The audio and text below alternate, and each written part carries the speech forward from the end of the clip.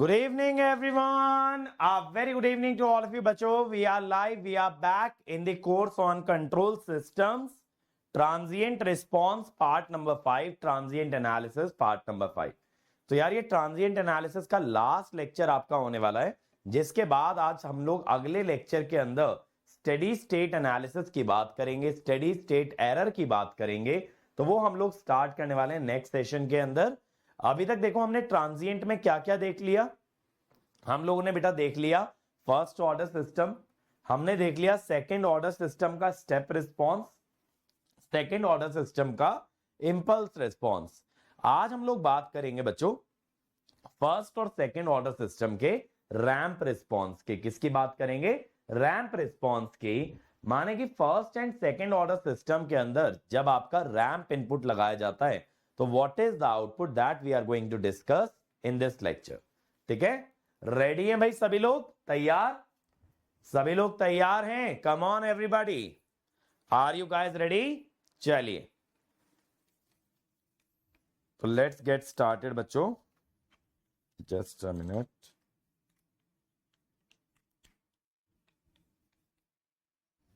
एक मिनट दीजिएगा बच्चों मुझे.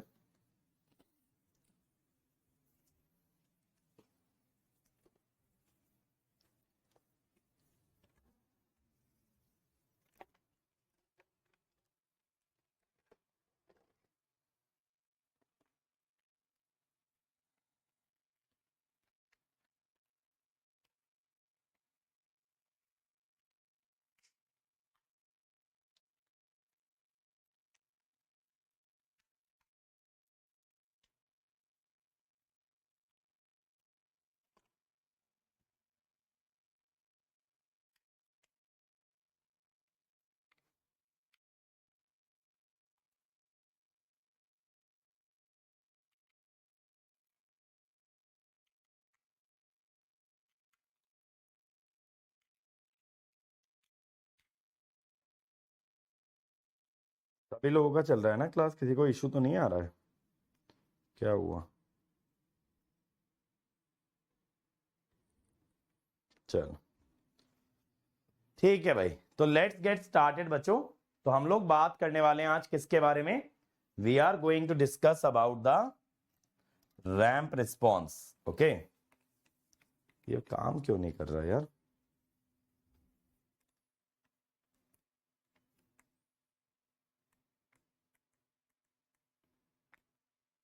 हमारे स्लाइड चेंजर को क्या हो गया भाई?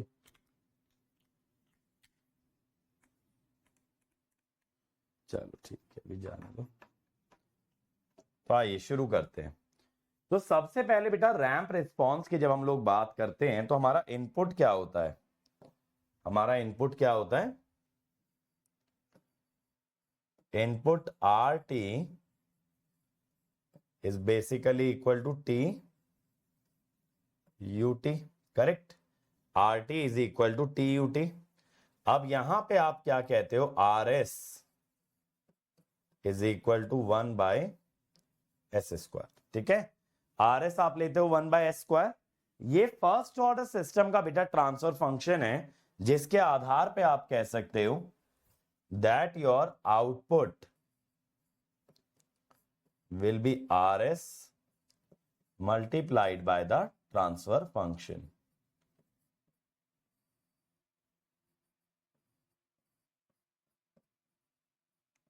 One by S square 1 plus S T.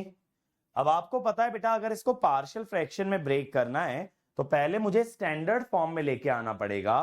First I will have to take T common, जिससे कि ये क्या बन जाएगा भाई?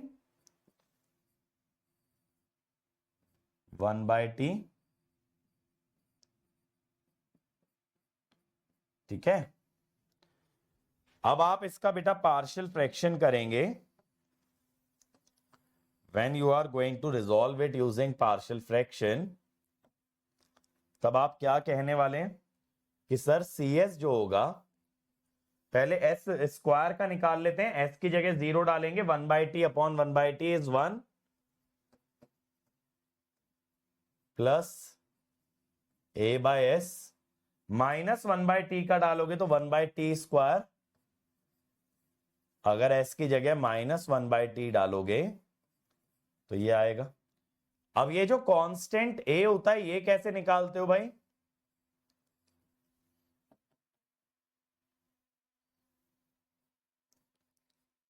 Limiting s tending to 0 d/ds 1/t upon s plus 1/t का स्क्वायर। तो -s+1/t का स्क्वायर, ये -t आ रहा है। कंफर्म करो भाई, -t आ रहा है ये, एक बार चेक करो। यहां पे स्क्वायर नहीं, स्क्वायर डेरिवेटिव में आएगा। ठीक है, -t आ रहा है, तो जिससे c ऑफ s कितना हो गया? 1/s² -t/s plus t upon में s प्लस 1/t। अब इसका मतलब c ऑफ t कितना आ जाएगा? t minus t plus t।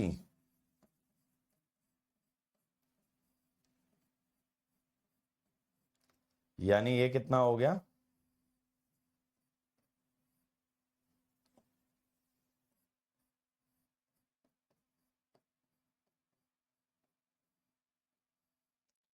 ऐसा बन गया ना भाई।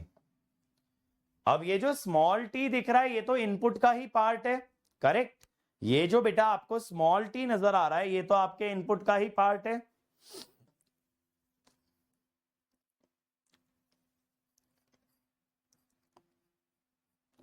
तो आप बेसिकली ये क्या कह सकते हो? That this term is basically representing the error at large t। At large t कितना हो जाएगा आउटपुट? लार्ज t पे एक्सपोनेंशियल को 0 मान सकते हो, t माइनस कैपिटल T। यानी बेटा इनपुट से कितना नीचे रह जाएगा output? That will B capital T। How much below it will B? That will B capital T। बात क्लियर है? तो यहां पे आप देखिएगा बेटा कि स्टेडी स्टेट में जाके आपका आउटपुट जो है इनपुट से कितना नीचे रह गया, दैट इज कैपिटल T। तो आप यहां पे क्या कह सकते हो कि आपका आउटपुट ये आ रहा है,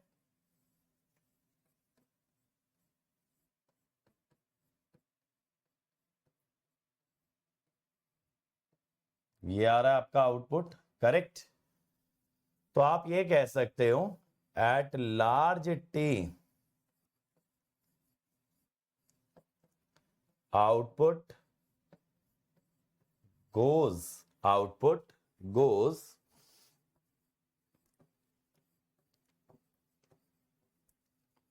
parallel to input, output goes parallel to input but is at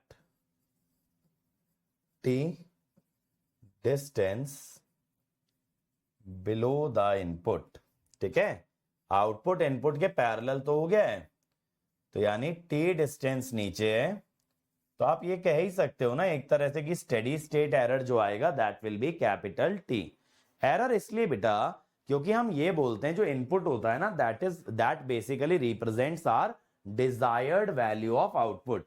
जो भी आप इनपुट लगा रहे हो that basically represents our desired value of output.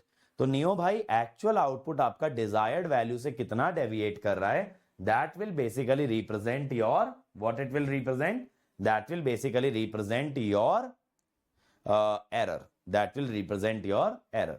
ठीक है, तो यहां आउटपुट कभी भी इनपुट को एग्जैक्टली फॉलो नहीं कर पाएगा, इनपुट से हमेशा मेरे बच्चों थोड़ा सा नीचे रहेगा, थोड़ा सा पीछे रहेगा। क्लियर हो गया यहां तक? बताइए फर्स्ट ऑर्डर सिस्टम में क्लियर है किस टाइप का रिस्पॉन्स आ रहा है? बोलो भाई, जल्दी से बोलो सभी लोग। अब सेकेंड ऑर्डर सिस्टम में आ रहे हैं बेटा अंडर डैम्ड सिस्टम।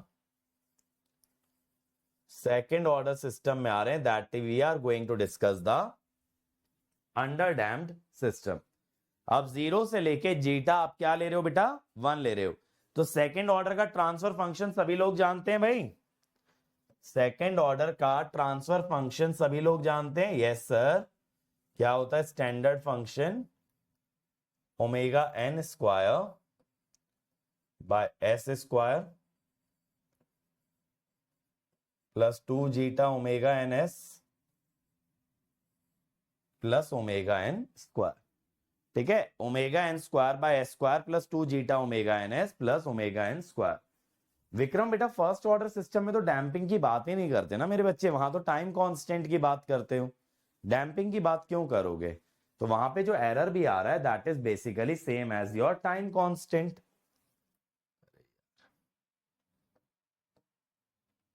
यहां पे जो एरर भी आ रहा है आपका बच्चे, ये क्या है? T, this is your time constant.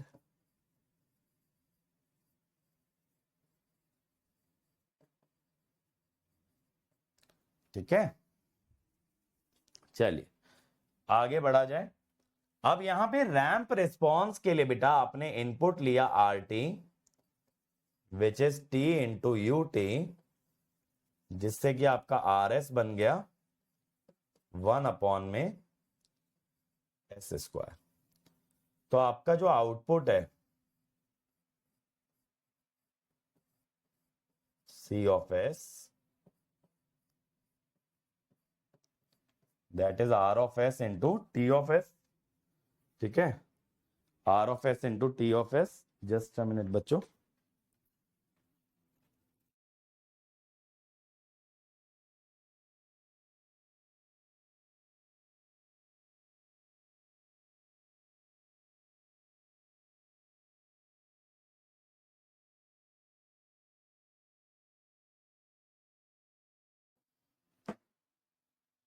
अब देखो भाई यहां पे क्या आएगा, सी ऑफ एस। अब बच्चों इसको पार्शियल फ्रैक्शन में ब्रेक करना है। ठीक है, इजी जिम्मेदारी नहीं है, लेकिन आप लोगों को खुद से भी ट्राई करना है। करो जरा एक बार ट्राई करना जरा यार, एक बार ट्राई करो इसको पार्शियल फ्रैक्शन में ब्रेक करने का। रैंप इनपुट को लेके ही क्यों किया एरर के लिए? दिव्यांजलि बेटा हम लोग देखो ऑलरेडी डिस्कस कर चुके हैं इंपल्स रिस्पॉन्स, ऑलरेडी डिस्कस कर चुके हैं स्टेप रिस्पॉन्स। अब हम बात कर रहे हैं रैंप रिस्पॉन्स की। ठीक है, तो एक एक करके सब तरह के इनपुट लगा रहे हैं ना। मैंने बताया था आपको सारे स्टैंडर्ड इनपुट अप्लाई करेंगे। जिस दिन हमने ट्रांजिएंट स्टार्ट किया था उस दिन भी मैंने बोला था कि यहाँ पे 3 तरह के इनपुट से रिस्पॉन्स देखेंगे। एक तो हम इंपल्स से, एक स्टेप से, और एक हम देखेंगे रैंप से। तो अब सब सिस्टम में रैंप लगा के देख रहे हैं कि आउटपुट कैसा आना चाहिए अगर रैंप इनपुट लगाओगे। और आपको याद होगा बेटा ट्रांजिएंट के सेकंड लेक्चर के अंदर मैंने सभी रिस्पॉन्सेज का शेप भी बनवा दिया था कि अप्रोक्सीमेटली कैसा शेप आता है। आइए जरा इसको ब्रेक करें। अगर इसको ब्रेक करोगे बेटा सी ऑफ एस को, अगर एस को 0 डालोगे omega N square by omega N square 1 by S square. ठीक है, प्लस ए बाय एस। फिर आपको पता ही है सेकेंड ऑर्डर टर्म के ऊपर क्या डालते हैं, फर्स्ट ऑर्डर का पॉलिनोमियल, यही डालते हैं ना।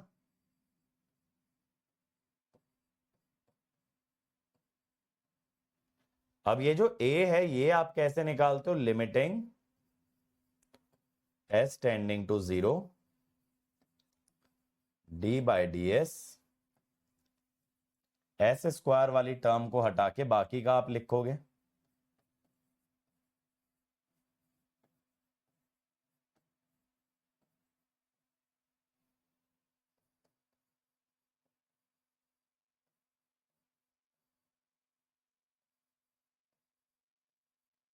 वन बाय एक्स का क्या होता है, 1 बाय एक्स स्क्वायर।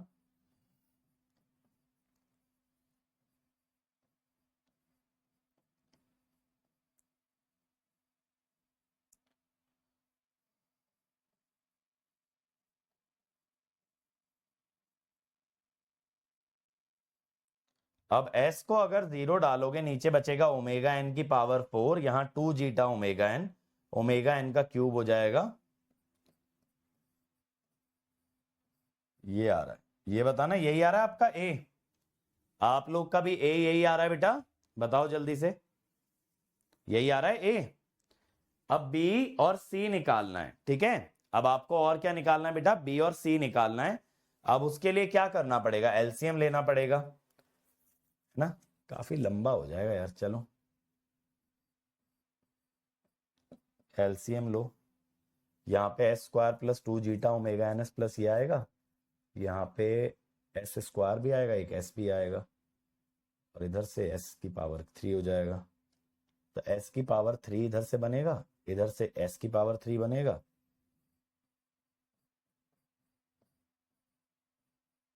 ये बना। अब एस का स्क्वायर देखेंगे तो इसके साथ एस का स्क्वायर आएगा, इसके साथ एस का स्क्वायर आएगा, और इधर सी के साथ आएगा।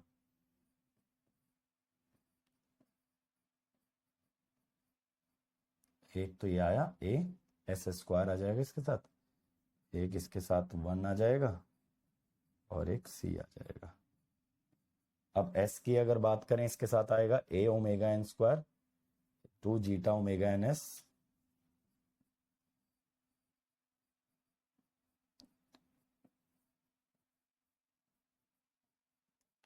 और अगर यहाँ पे देखें ओमेगा एन स्क्वायर, यहाँ पे कम से कम एस तो आएगा ही। मैंने ना देखो यहाँ पे क्या कर लिया बेटा, एलसीएम ले लिया है। वाई सर एलसीएम क्यों लिया है, क्योंकि बेटा मेरे को ना कंपेयर करने हैं दोनों के न्यूमरेटर, जिससे कि मुझे बी और सी भी मिल जाए। मुझे ओरिजिनल ट्रांसफर फंक्शन और ये जो मैंने ब्रेक किया हुआ ट्रांसफर फंक्शन है, इसके न्यूमरेटर कंपेयर करने हैं, ठीक है। अब देखो यहाँ पे ये वाला जो ओरिजिनल ट्रांसफर फंक्शन था, देखो भाई इन दोनों को कंपेयर करो, ओरिजिनल वाला और ये जो टूटा हुआ है। एस का क्यूब तो आ नहीं रहा है यहाँ पे कोई एस का क्यूब नहीं है, यहाँ ए प्लस बी इंटू एस का क्यूब है।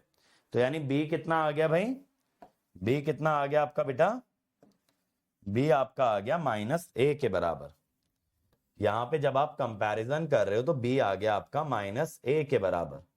ये पॉइंट समझ आ रहा है, इधर एस का क्यूब है, इधर नहीं है ऊपर में, तो बी आ जाता है minus A, which is actually equal to 2 zeta by omega N. अब सी के लिए कौन सा टर्म सही है, सी के लिए सेकंड वाला ही सही है। यहाँ पे एस स्क्वायर भी नहीं है, यहाँ पे एस स्क्वायर का टर्म है, तो आप ये लिखोगे 2 zeta omega N A plus 1 plus सी।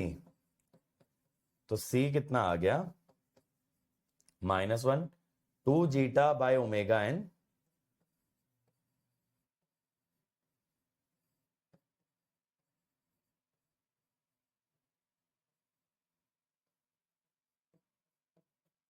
ये चेक करो यार, सी इतना ही आ रहा है 1 plus 4 zeta square, sorry -1 plus 4 zeta square. एक बार चेक करना। तो ये देखो जितना हायर ऑर्डर इनपुट पे आप जा रहे हो ना, जैसे अब रैंप पे आ गए, उतना ही कठिन होता जाएगा आपका पार्शियल फ्रैक्शन, ठीक है। जितने हायर ऑर्डर इनपुट पे जाते जाओगे उतना ही आपके लिए टफ होता चला जाएगा।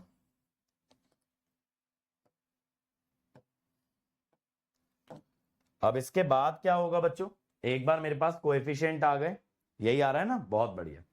एक बार मेरे पास कोएफिशिएंट आ गए, अब मैं सी एस को लिख सकता हूं 1 by S square minus 2 zeta by omega N S plus 2 zeta by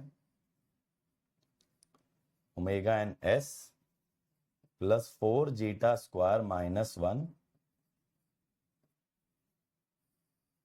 divided by, नीचे भी आप परफेक्ट स्क्वायर तो बनाना जानते ही हो बेटा, याद है मैंने आपको डिनोमिनेटर में परफेक्ट स्क्वायर बनाना सिखाया था। एक अंडर डैम्ड सिस्टम के लिए डिनोमिनेटर में परफेक्ट स्क्वायर बनाना हम लोग जानते हैं, करेक्ट। अब हम क्या करेंगे, एस और ये कांस्टेंट वाली टर्म को बेटा अलग अलग ले लेंगे, ठीक है। अब हम क्या करेंगे, कांस्टेंट और एस वाली टर्म को अलग अलग ले लेंगे। 1 बाय एस स्क्वायर फिर -2 zeta by omega N into S. अब यहां पे देखिएगा आपको क्या करना पड़ेगा ना, इसको कॉस बनाने के लिए आपको जीटा ओमेगा एन ऐड और सब्ट्रैक्ट करना पड़ेगा, समझिएगा मेरी बात, अगर आपको कॉस बनाना है ना तो आपको जीटा ओमेगा एन ऐड और सब्ट्रैक्ट करना पड़ेगा। अब ये कितना हो गया भाई, जरा देखना, ओमेगा एन से ओमेगा एन कटा plus 2 zeta square, 4 zeta square था ना यहाँ, तो 2 जीटा स्क्वायर मैंने साथ में ले लिया। अब बच गया यहाँ पे 2 zeta square S plus zeta omega N का स्क्वायर प्लस ओमेगा डी का स्क्वायर। अब आप यहां पे भी क्या कर दो ना, यहां पे भी आप ओमेगा डी से मल्टीप्लाई डिवाइड कर दो, ऐसे कर लो। ये पॉइंट क्लियर हुआ? मुझे यहां पे ये बनाना जरूरी था डिनोमिनेटर जैसा, वरना ये कॉस का लैप्लास नहीं बन पाता भाई, ये कॉस का लैप्लास नहीं बन पाता। अब यहां पे क्या आएगा, सी ऑफ टी बताइए, ये आएगा T U T minus T 2 zeta by omega N U T plus 2 zeta by omega N E की power minus zeta omega N T cos omega D T U T, और last term में क्या आ जाएगा, omega D से sign बन जाएगा,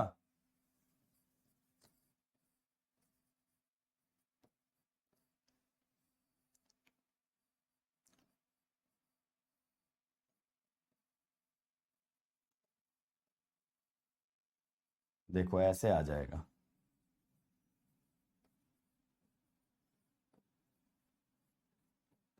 ये मुझे बताओ, यही बन रहा है आप लोगों का? जल्दी से एक बार कंफर्म करो भाई, जल्दी से एक बार कंफर्म करो भाई सभी लोग,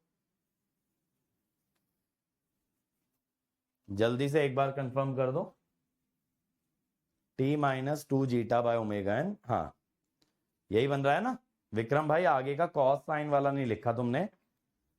अब देखो इससे क्या होगा, हम ये जानते हैं जो साइन और कॉस वाले टर्म होते हैं इनको ट्रिग्नोमेट्री के थ्रू हम लोग कंबाइन करके एक सिंगल टर्म में कन्वर्ट कर सकते हैं।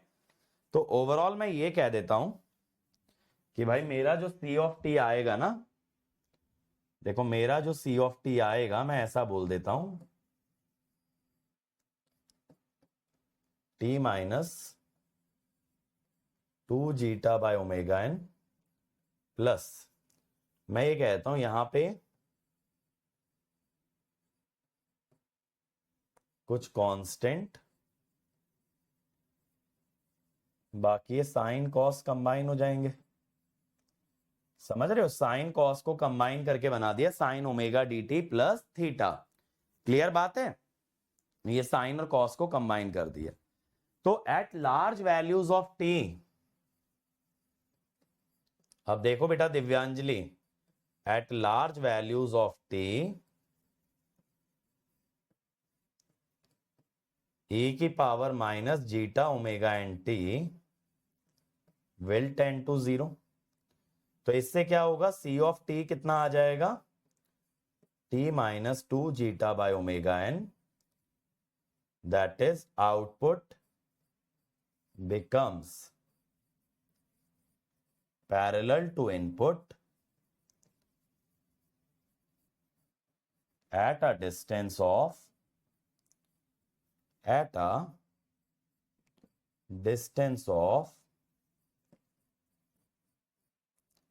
2 जीटा बाय ओमेगा।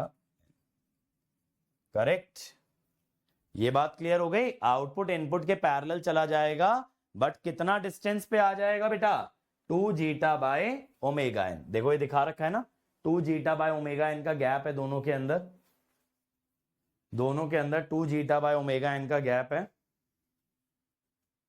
ठीक है भाई, ये बात क्लियर हो गई। ए कैसे आया, इनपुट एम्पलीट्यूड है? नहीं विक्रम, मैंने क्या बोला बेटा, जैसे एक एग्जांपल से समझा देता हूं मैं तुम्हें। जैसे मान लो cos theta plus sine theta है, अब इसको क्या करते हो ना, √2 से मल्टीप्लाई डिवाइड कर देते हो। ये देखो, तो ये √2 जो है ना ए बन जाता है। अब ये जो है ना, ये जो 1/√2 है, इनको आप 45 लिख लो। देखो cos 45 या ऐसे लिख लो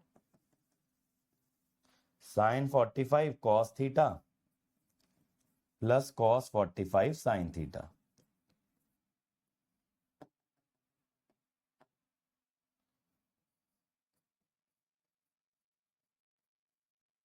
ठीक है। अब विक्रम ये देखो, ये जो √2 है इसको मैं a बोल दूंगा और इसको कर दूंगा sin थीटा प्लस 45। तो 45 डिग्री जो है ना वो यहां पे थीटा है और जो a है वो √2 है। a जो है √2 है। पैराबोलिक का नहीं हम लोग करेंगे एनालिसिस, पैराबोलिक नहीं आएगा। ठीक है। अब यहां पे देखिएगा आपको क्या दिख रहा है बेटा, रैंप के अराउंड एक सांप जैसा लिपटा हुआ है। इसका क्या मतलब है कि रैंप फंक्शन के अराउंड हमारे पास क्या आ रही है, exponentially decaying oscillations, exponentially decaying oscillation around ramp.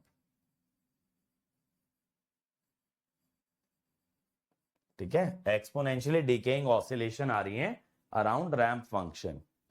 ये बात क्लियर हो गई? बताओ भाई, ये बात क्लियर हो गई सभी लोग को? जल्दी से बोलो, अंडर डैम्प्ड सिस्टम का रिस्पांस कैसा आ रहा है, क्लैरिटी है? जल्दी से बताइए भाई। अब आते हैं बेटा अनडैम्प्ड सिस्टम पे। अनडैम्प्ड सिस्टम में जीटा क्या होता है आपका, 0, जिस कारण से आपका क्लोज लूप ट्रांसफर फंक्शन बनता है ओमेगा एन स्क्वायर। और आप जानते हो अनडैम्प्ड सिस्टम के पोल्स कहां पे लाई करते हैं बेटा, पोल्स लाई करते हैं प्योरली इमेजिनरी एक्सिस पे। और वहां पे हम लोग क्या कहते हैं, that this system is marginally stable. Correct. अब आपका इनपुट क्या है, रैंप है। आप रैंप रिस्पॉन्स स्टडी कर रहे हो भाई, जिससे कि आपका आर एस हो गया 1/s²। अब हम कहते हैं सी ऑफ एस क्या होगा, आर ऑफ एस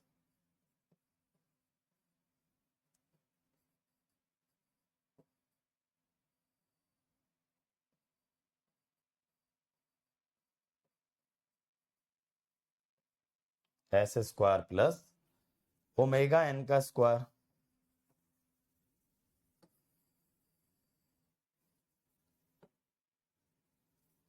ठीक है। अब यहां पे पार्शियल फ्रैक्शन में रिजॉल्व करना आप स्टार्ट करेंगे। पहले s को 0 डालिए, 1/s²। फिर a/s, आपको तो पता ही है आगे का प्रोसेस, bs प्लस c। है ना? तो अगर a निकालना है तो क्या करोगे भाई, limiting s tending to 0, d/ds of बचा हुआ पूरा फंक्शन।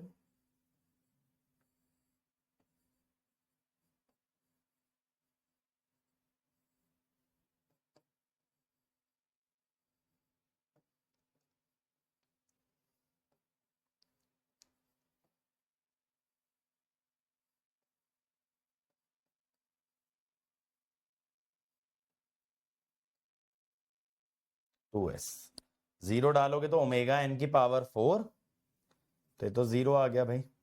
करेक्ट। ये आपका 0 आ गया एस वाला टर्म। अब बी एस प्लस सी निकालना है, तो सी ऑफ एस को फिर से जोड़ना पड़ेगा। ए तो 0 आ गया, bs³। ठीक है, bs³। फिर यहां पे s² plus omega n², c+1 s²।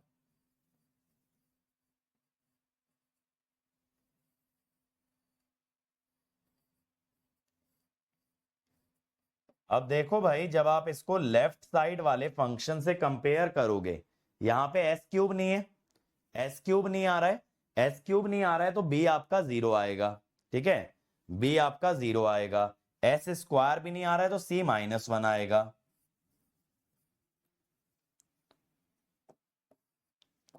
b आपका 0 आएगा। ये मुझे बताओ विक्रम भाई, यही आ रहा है?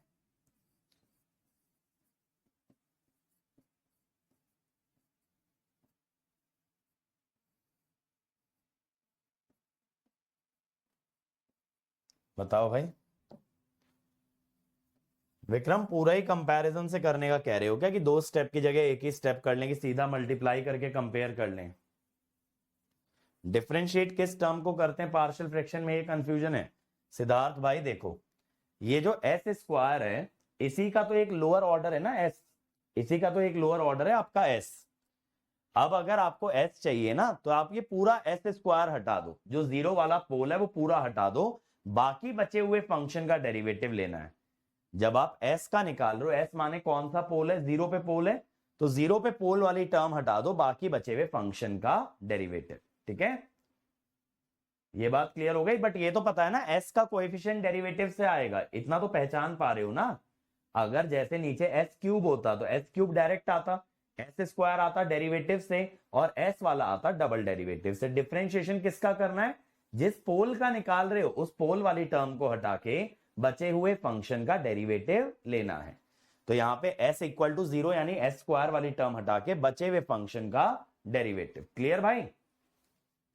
चलो अब आ जाओ, अब इसका इनवर्स लैप्लास ले लें। c ऑफ t, ये हो गया t u t, इसमें ओमेगा एन मल्टीप्लाई डिवाइड करके लेना पड़ेगा, ओमेगा एन से मल्टीप्लाई डिवाइड करके लेना पड़ेगा।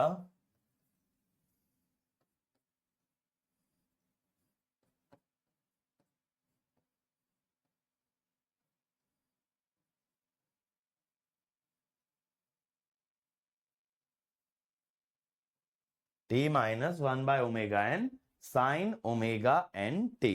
मुझे बताओ यही आ रहा है? अब इसका रिस्पॉन्स दिखेगा कैसा, देखो ये देखो, तो यहां पे सिस्टम कभी सेटल डाउन ही नहीं होगा। हमारे पास जो आउटपुट आ रहा है उसके अनुसार आपको t के अराउंड अनडैम्प्ड ऑसिलेशन दिखेंगी, और अनडैम्प्ड ऑसिलेशंस का एम्पलीट्यूड क्या होगा बेटा, 1 बाय ओमेगा एन। तो हमको क्या नजर आएगा, undamped oscillations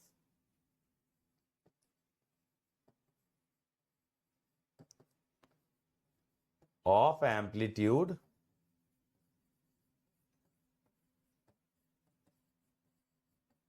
one by omega N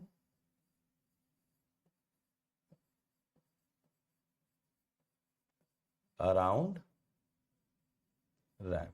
ठीक है, रैम्प के अराउंड कितने एम्पलीट्यूड की ऑसिलेशन, 1 बाय ओमेगा एन की। क्लियर है भाई? क्लियर है? अनडैम्प्ड ऑसिलेशन कितने एम्पलीट्यूड की आएगी, 1 बाय ओमेगा एन की आएगी अराउंड योर रैम्प फंक्शन। हाँ जी, अगले पे चलते हैं, क्रिटिकली डैम्प्ड पे। पहले मुझे बताओ यहां तक किसी को कोई डाउट है क्या? इतने हम ड्रिंक्स ब्रेक ले लें भाई, बताओ।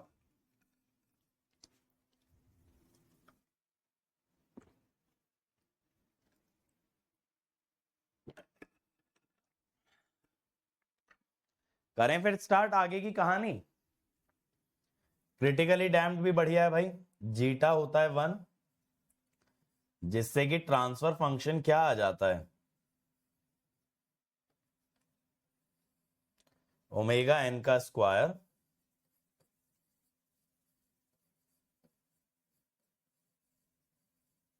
ये आ जाता है।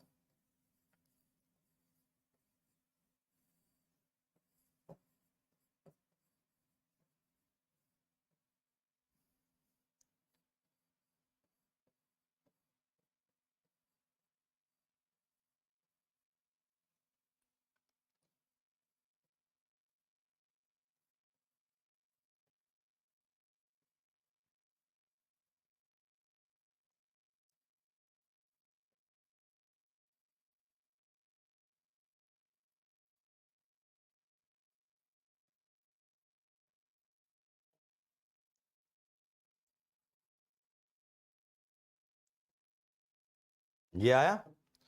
अब बेटा इसका पार्शियल फ्रैक्शन क्या हुआ, लास्ट स्टेप क्लियर नहीं है, साइन ओमेगा एन टी वाला। बेटा देखो हमें ये तो पता है ना कि अगर नीचे एस स्क्वायर प्लस ए स्क्वायर आता है तो साइन ए टी बनता है, बट मुझे साइन ए टी बनाने के लिए ऊपर भी ए से मल्टीप्लाई डिवाइड करना पड़ेगा।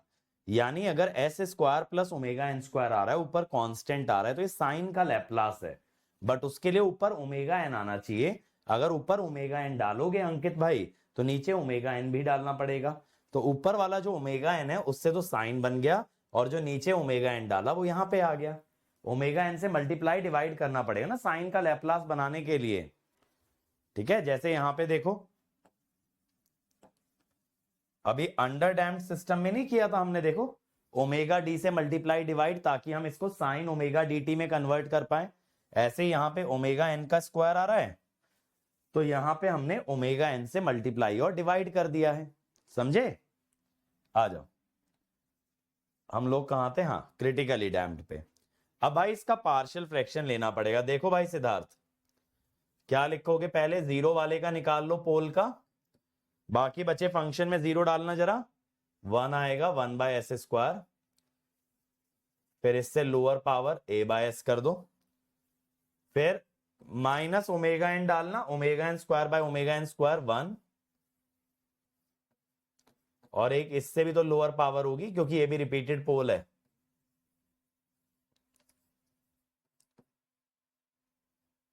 अब सिद्धार्थ भाई देखो, अगर a निकालोगे तो पोल कहां पे है? जीरो पे। तो जीरो वाला पोल हटा के बाकी का डेरिवेटिव लेना है, यानी omega N square by S plus omega N का होल स्क्वायर। अब 1/x² का -2/x³, -2/x³ तो ओमेगा एन का क्यूब, ये आएगा। अब b के लिए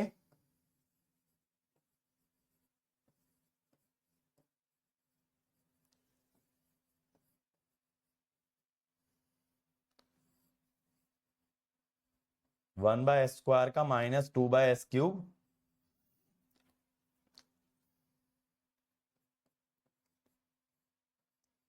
मुझे बताओ यही आ रहा है?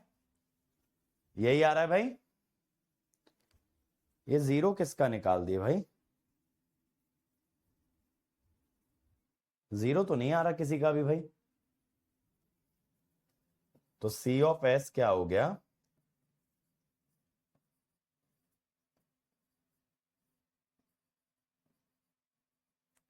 इस वाले लेक्चर में वैसे तुम्हारी पार्शियल फ्रैक्शन की अच्छी प्रैक्टिस हो जा रही है ना?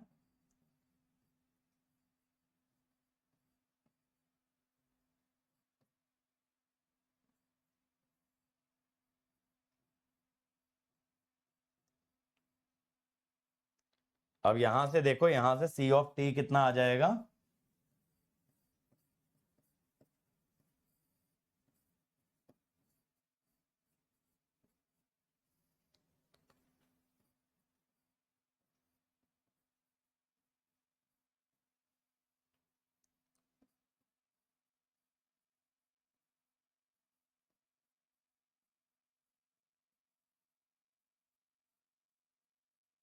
ये आ गया। ठीक है, ये आपके पास आ गया। मुझे बताओ सभी का यही आ रहा है? जल्दी से एक बार कंफर्म कर दो भाई। तो मैं यहां लिख देता हूं, देखो थोड़ा सिंप्लीफाई करके लिख देता हूं।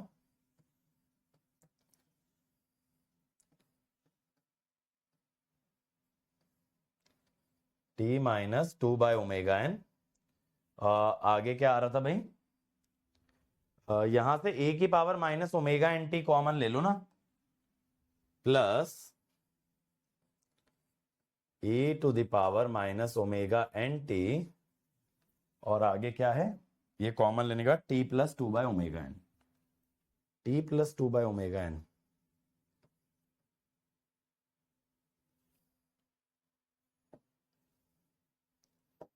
ठीक है,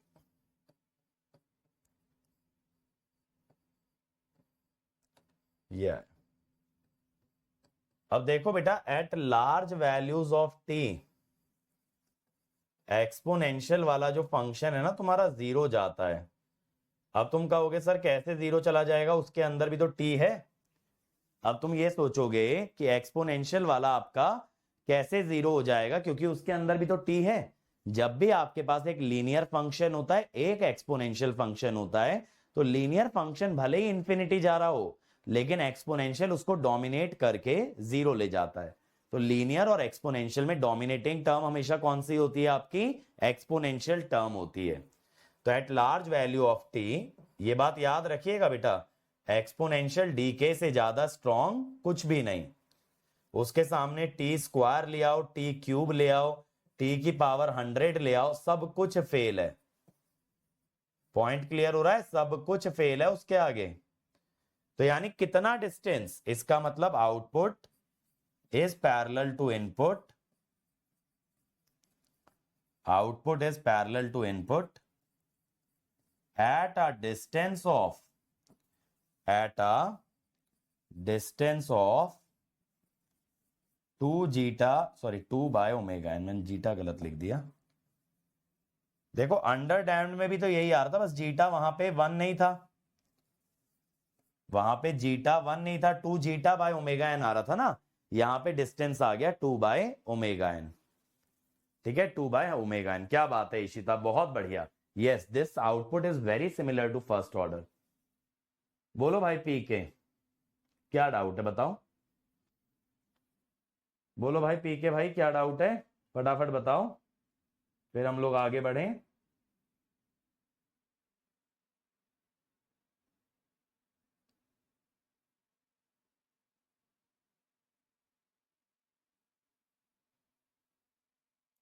चलें फिर आगे, चलो। अब ओवरडैम्प्ड सिस्टम पे आ जाओ भाई। ओवरडैम्प्ड सिस्टम में क्या होता है? Zeta is greater than 1। यहां पे तो ट्रांसफर फंक्शन पूरा ही रहता है। प्रैक्टिकली सबसे ज्यादा सिंप्लीफाई करना आसान होता है ओवरडैम्प्ड सिस्टम को, क्योंकि ये पोल्स में टूट जाता है ना बेटा। याद है इसके पोल्स आते हैं, पोल्स आते हैं इसके P1, P2 which is minus zeta omega N plus minus omega N. ये आ रहे थे ना दो poles, sine omega N bracket के अंदर आएगा।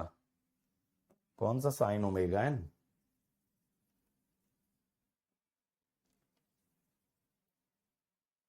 मैं समझा नहीं, साइन ओमेगा एन ब्रैकेट के अंदर आएगा,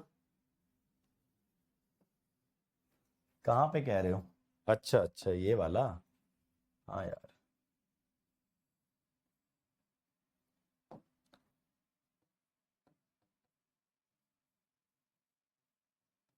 ये लो, ठीक है भाई। हाँ जी, ये पोल आ जाते हैं जिसके कारण ये ट्रांसफर फंक्शन ऐसे ब्रेक हो जाता है दोनों पोल्स के अंदर, करेक्ट। अब आप क्या कहते हो बेटा यहां पे कि आपका रैंप इनपुट है जिससे कि आपका आर ऑफ एस कितना है? आर ऑफ एस है आपका ना 1/s²। बढ़िया। अब यहां पे देखो, अभी तो पार्शियल फ्रैक्शन एट प्रेजेंट करना तो मुश्किल होगा, लेकिन जब एग्जाम में एक्चुअल वैल्यूज गिवन होंगी, ठीक है, एक्चुअल वैल्यूज जब गिवन होंगी बेटा, तब वहां पे इसका पार्शियल फ्रैक्शन करना बहुत इजी हो जाएगा, because these will be the actual value जिनको आप पुट कर सकते हो। अब यहां पे देखिएगा सी ऑफ एस क्या हो गया? सी ऑफ एस क्या हो गया?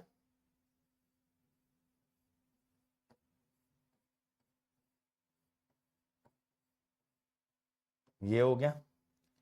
अब यहां पे एस स्क्वायर का कोएफिशिएंट अगर निकालोगे ना, देखो वही आएगा 1/s²। मैं आपको पहले ही बता रहा हूं, आप निकालोगे भी ना तो सेम वैल्यूज मिलेंगी, ये दोनों कोएफिशिएंट सेम आएंगे, अंडर डैम्प्ड वाले ही, ठीक है, अंडर डैम्प्ड वाले ही आएंगे। ये बात क्लियर हो गई? अब यहां पे क्या होगा, P1 वाले का कैसे आएगा? अगर P1 डाला तो omega N square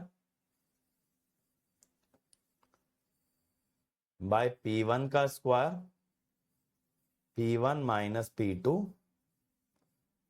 S minus P1। फिर दूसरा ओमेगा एन का स्क्वायर डिवाइडेड बाय P2 का square, P2 minus P1 S minus P2। ठीक है, ये कोएफिशिएंट अगर आप डिफरेंशिएशन से निकालोगे ना सेम आएंगे बेटा, तो इसीलिए मैंने यहां पे डायरेक्ट लिख दिया, दोबारा से डेरिवेटिव करके नहीं दिखाया।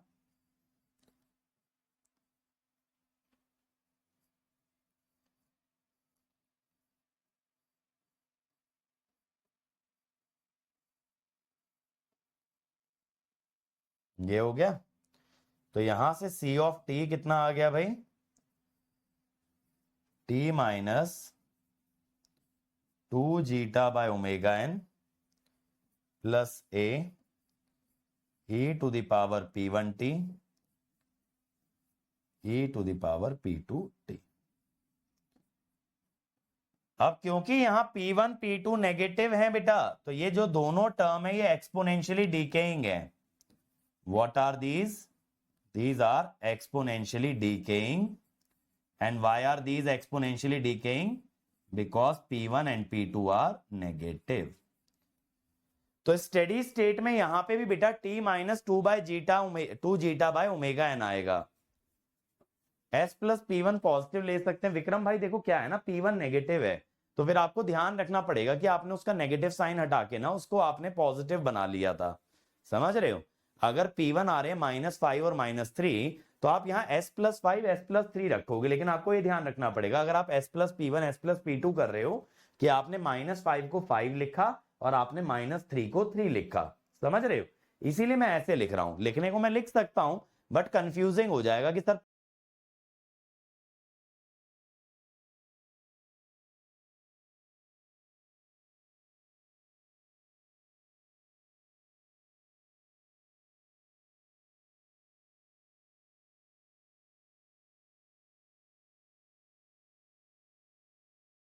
पोल तो मेरे नेगेटिव आ रहे थे, आपने एडिशन में लिखवाया था, मैंने एडिशन लिखा, तो एक्चुअली तो नेगेटिव होने की वजह से सब्ट्रैक्शन बन गया।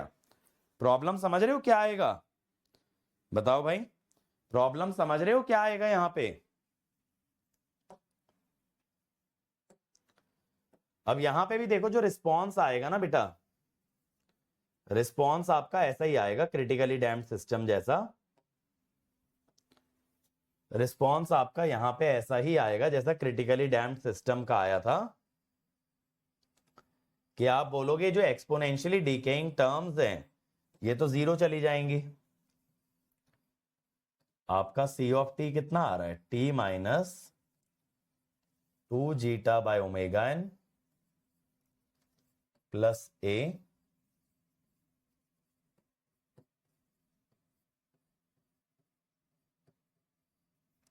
तो मैं कह रहा हूं eight large values of t, at large values of t, exponentially decaying terms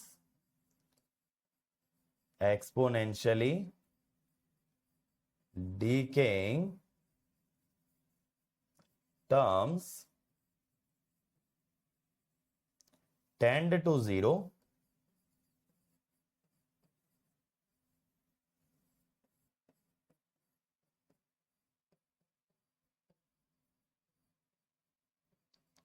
तो ये आ जाएगा।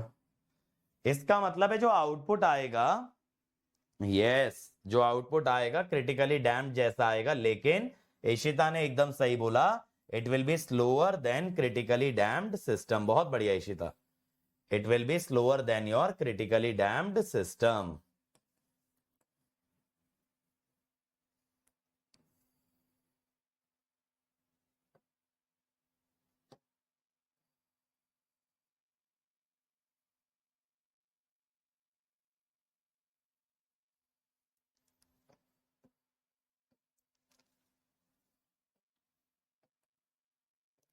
तो ये देखो, ये आपका इनपुट है रैंप वाला जो है, और जो आपका आउटपुट है that will come like this, और ये फाइनली कितने गैप पे जाएगा, 2 जीटा बाय ओमेगा n। यानी आप ये सोचो ना, इसका जीटा 1 से बड़ा है तो कायदे से इसका गैप भी ज्यादा होगा इनपुट से। क्रिटिकली डैम्प्ड में जो गैप आ रहा था 2 बाय ओमेगा n आ रहा था, यहाँ 2 जीटा बाय ओमेगा n आ रहा है, where zeta is greater than 1, so that gap is higher than 2 by omega n. 2 zeta by omega n is greater than 2 by omega n since के zeta is greater than 1. इसीलिए क्योंकि zeta आपका greater than 1 है. ये सब same YouTube जैसा. तो बेटा थ्योरी बताओ कहां से बदले, आप ही बताओ विक्रम भाई. कुछ कुछ चीजें ऐड सब्ट्रैक्ट करते रहते हैं, सब्ट्रैक्ट तो नहीं करते, खैर ऐड ही करते रहते हैं हर साल, लेकिन कंसेप्चुअली तो बहुत ज्यादा मेजर डिफरेंसेस नहीं आ सकते ना बेटा सब्जेक्ट में. ठीक है, चलिए आइए अब यहां पे देखिए. जैसे अगर हम कास्केड करते हैं दो फर्स्ट ऑर्डर सिस्टम्स को, एक 100 बाय एस प्लस 2, एक 1 बाय एस प्लस 5. तो अगर दो फर्स्ट ऑर्डर सिस्टम को आप कास्केड करते हो, this will behave as a कैसा कैसा बिहेवियर होगा बताना. अगर दो ऐसे फर्स्ट ऑर्डर सिस्टम आपने कास्केड कर दिए तो इसका ओवरऑल बिहेवियर कैसा होगा बताओ जल्दी से, जल्दी से बोलो बेटा, कैसा बिहेवियर होगा. It will behave as a second order overdamped system. कैसे बिहेव करेगा? It will behave as a second order overdamped system, क्योंकि पोल्स इसके रियल एंड डिस्टिंक्ट हो गए ना. पोल्स क्या हो गए इसके, रियल एंड डिस्टिंक्ट हो गए.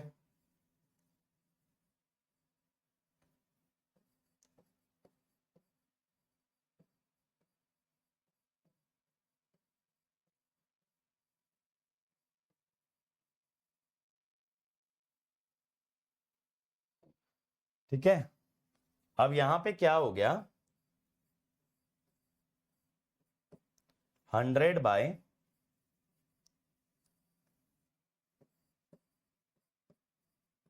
ये आ गया. अब अगर आप स्टेप रिस्पॉन्स निकालने जाएंगे,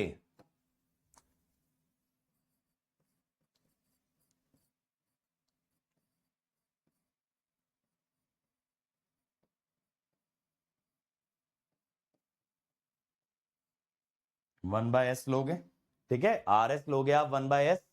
सेकेंड ऑर्डर तो हो गया बेटा, लेकिन ये भी तो पहचानो सेकेंड ऑर्डर में हमेशा it will be overdamped system. Correct, हमेशा ही ओवरडैम्ड बनेगा ना. तो यहां पे आपका सी ऑफ एस क्या हो गया, 100 by S, S plus 2, S plus 5. अब आप इसको पार्शियल फ्रैक्शन से तोड़ लो बेटा, पार्शियल फ्रैक्शन भी इजी है. यहां तो 10 बाय एस, फिर यहां पे -2 डाला तो -2 डाला तो 3 और -2 100 बाय 6.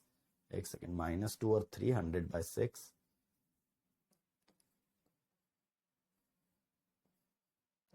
-5 डाला तो -5 और -3 15 100 बाय 15, तो 20 बाय 3.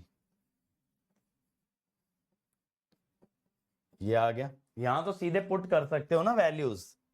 तो यहां से सी ऑफ टी कितना आ गया आपके पास, 10 minus 50 by 3 e to the power -2t plus 20 by 3 e to the power -5t. तो यहां पे आप क्या कह सकते हो बेटा, यहां पे आप क्या कह सकते हो कि यहां पे आपके पास दो टाइम कांस्टेंट्स आ रहे हैं. यहां से टाउ 1 आ रहा है हाफ, और यहां से टाउ 2 आ रहा है 1 बाय 5. तो आप कह सकते हो लार्जर टाइम कांस्टेंट,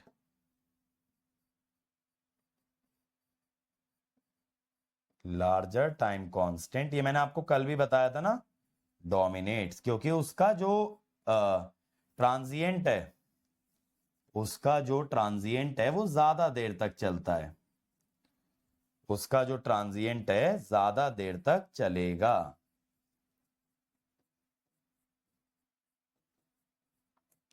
तो tau 1 equal to half will dominate. यही तो मैं कह रहा हूं, हमेशा रूट्स रियल ही आएंगे ना. अगर दो फर्स्ट ऑर्डर सिस्टम को कास्केड करोगे बाय डिफॉल्ट ओवरडैम्प्ड ही बनेगा, अगर फर्स्ट ऑर्डर से सेकंड ऑर्डर बना रहे हो. यही तो बता रहा हूं भाई, क्लियर हो गई बात. अब इसी के आधार पे देखो हमारा कॉन्सेप्ट आता है जिसको हम कहते हैं dominant pole. Neha generally step response ही सबसे ज्यादा हम प्रेफर करते हैं बेटा. विक्रम भाई यही तो कह रहा हूं, फर्स्ट ऑर्डर से सेकंड ऑर्डर बनाओगे तो हमेशा ओवरडैम्प्ड बनेगा। हर सेकंड ऑर्डर सिस्टम ओवरडैम्प्ड नहीं होता, लेकिन दो फर्स्ट ऑर्डर के कास्केड से बनेगा तो यस इट विल बी ओवरडैम्प्ड। ठीक है, अब देखो डोमिनेंट पोल क्या कहता है कि भाई अगर तुम्हारे पास ज्यादा नंबर ऑफ पोल्स हैं और तुमको पोल्स कम करने, क्यों कम करने, ताकि तुम सिस्टम को सिंप्लीफाई कर पाओ, सिस्टम का ऑर्डर रिड्यूस कर पाओ।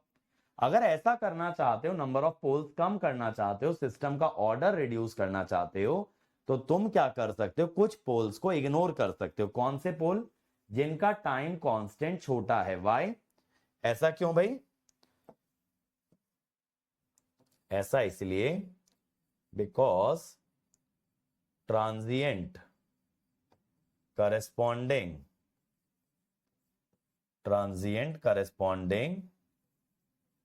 to such poles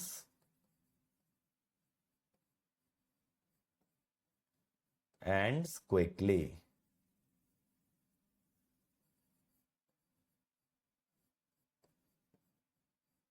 ठीक है, ट्रांजिएंट ऐसे पोल्स का जल्दी खत्म हो जाता है, इसीलिए हम जो है ऐसे पोल्स को इग्नोर कर सकते हैं भाई।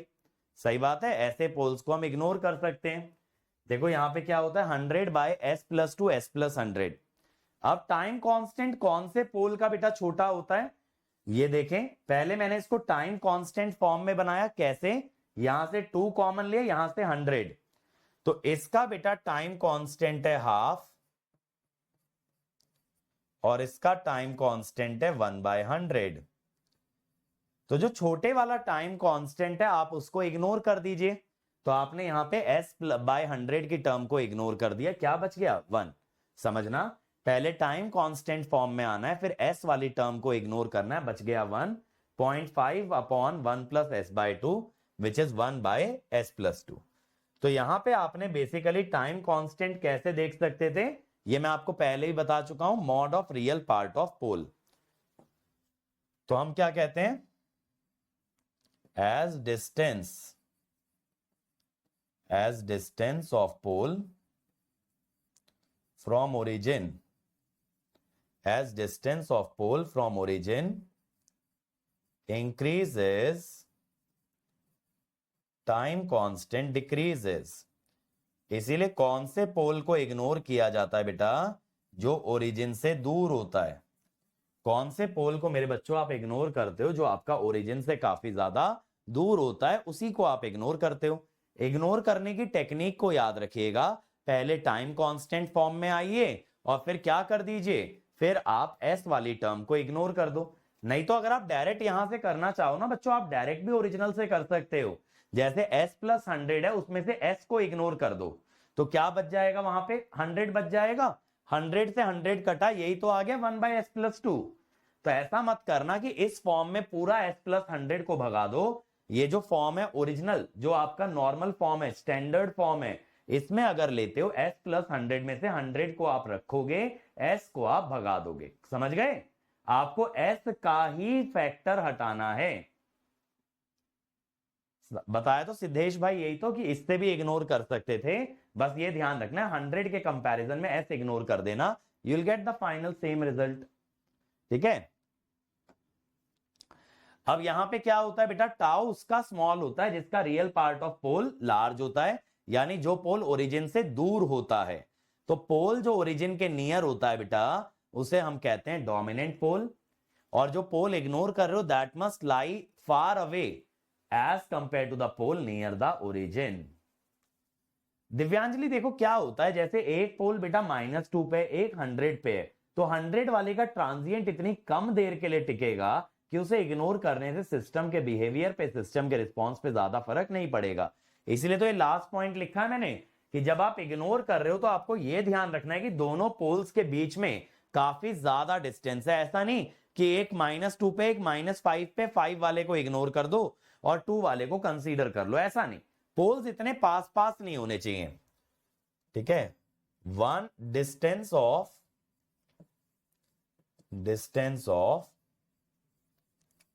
one pole from origin, distance of one pole from origin should be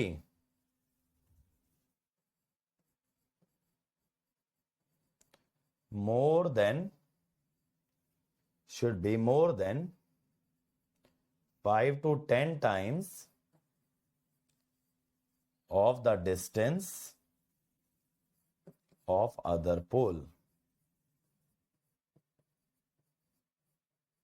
ठीक है, 5 से 10 गुना से भी ज्यादा डिस्टेंस होना जरूरी है। 5 से 10 गुना से भी ज्यादा डिस्टेंस जरूरी है। कर सकते हो मल्टीपल पोल बेटा, जैसे मान लो एक 100 पे, एक 110 पे, एक 2 पे, तो 100 और 110 दोनों इग्नोर कर दो। कर सकते हो, बिल्कुल कर सकते हो। ठीक है, तो ये वाला पार्ट आप लोग शॉर्ट नोट्स में डाल लेना बेटा, ये इंपॉर्टेंट टेक्निक होती है।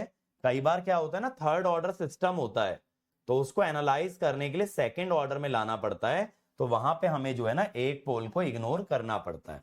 जैसे ये देखो ना, यहाँ पे सेकंड ऑर्डर सिस्टम को मैंने कास्केड कर दिया है with a first order system, with a first order system. बात समझ में आ रही है? अब यहां पे आपका ट्रांसफर फंक्शन क्या बनेगा, देखो ये जो ट्रांसफर फंक्शन लिखा है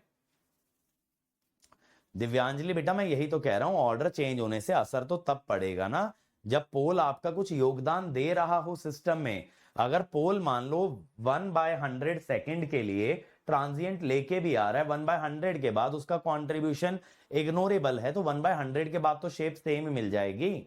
इनिशियल शेप में ही तो फर्क आया बेटा। आप ऑर्डर से क्या कर रहे हो, ऑर्डर से ट्रांजिएंट एनालिसिस तो कर रहे हो दिव्यांजलि। तो मैं यही तो कह रहा हूं, अगर किसी पोल का ट्रांजिएंट बहुत कम ड्यूरेशन के लिए एग्जिस्ट करता है, तो उसी ड्यूरेशन में तो बस शेप बदल रही है ना। जहां उसका कंट्रीब्यूशन वैसे भी खत्म हो जाता है, तो उसके आगे तो ग्राफ की शेप सेम ही आ जाएगी। सोच करके देखो, एक का ट्रांजिएंट चलता है 1/100 तक, एक का चलता है मान लो 1 सेकेंड तक, तो 1/100 सेकेंड तक दोनों एग्जिस्ट करते हैं, आपने इग्नोर कर दिया, यानी 1/100 सेकेंड तक जो शेप आती वो बदल गई। बट 1/100 के बाद जो शेप आती 1/100 से लेके 1 तक, वो तो सेम ही आई ना, तो उतना मैं इग्नोर कर रहा हूं। पॉइंट समझ रहे हो? अब देखो भाई, ये जो था आपका, यहां पे आप कास्केडिंग कर रहे हो, ये जो है ना ये 1/1 प्लस एस टी है, इसमें से टाइम कांस्टेंट कॉमन निकाल के लिखा हुआ है 1/t upon s plus 1/t। तो ये आपका ट्रांसफर फंक्शन बन रहा है भाई, फर्स्ट ऑर्डर और सेकंड ऑर्डर को मिला करके। करेक्ट, फर्स्ट ऑर्डर और सेकंड ऑर्डर को मिला करके ट्रांसफर फंक्शन बन रहा है आपका। एक सेकेंड, ये ओमेगा एन स्क्वायर तो ऊपर आएगा, ये ओमेगा एन स्क्वायर नीचे नहीं आएगा।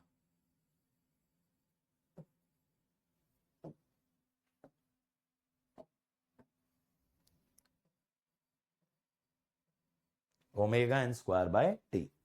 ठीक है, अब आप यहां पे देखिएगा, अगर आप इसको मल्टीप्लाई कर दें तो आपको ना एक थर्ड ऑर्डर पॉलिनोमियल मिल जाएगा।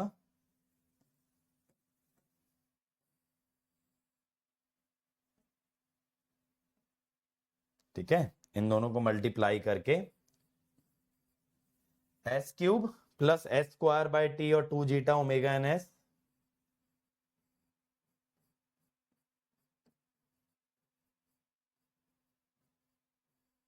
ठीक है, फिर omega N square by T,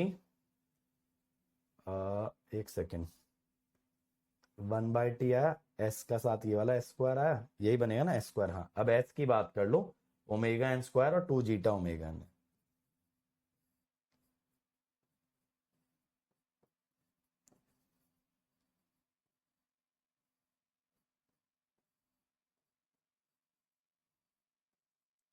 तो देखो डीसी गेन तो सिस्टम का अभी भी 1 ही चल रहा है ना। कांस्टेंट टर्म न्यूमरेटर डिनोमिनेटर दोनों के अंदर आपकी सेम है, तो डीसी गेन तो आपके सिस्टम का अभी भी 1 चल रहा है। अब मान लो बेटा ये सिस्टम आपका अंडर डैम्ड होता, मान लो ये सिस्टम आपका कैसा होता बेटा, अगर ये सिस्टम आपका अंडर डैम्ड होता तो इस टाइप का देखो अगर ग्राफ बनता। ठीक है, अगर इस टाइप का ग्राफ बनता बेटा आपका, तो यहां पे क्या होता ना, ये वाला जो पोल है फर्स्ट ऑर्डर वाला, ये जो फर्स्ट ऑर्डर वाला पोल है, ये आपका अवे फ्रॉम ओरिजिन है as compare to second order system. First वाले केस में क्या हो रहा है, first order pole away from origin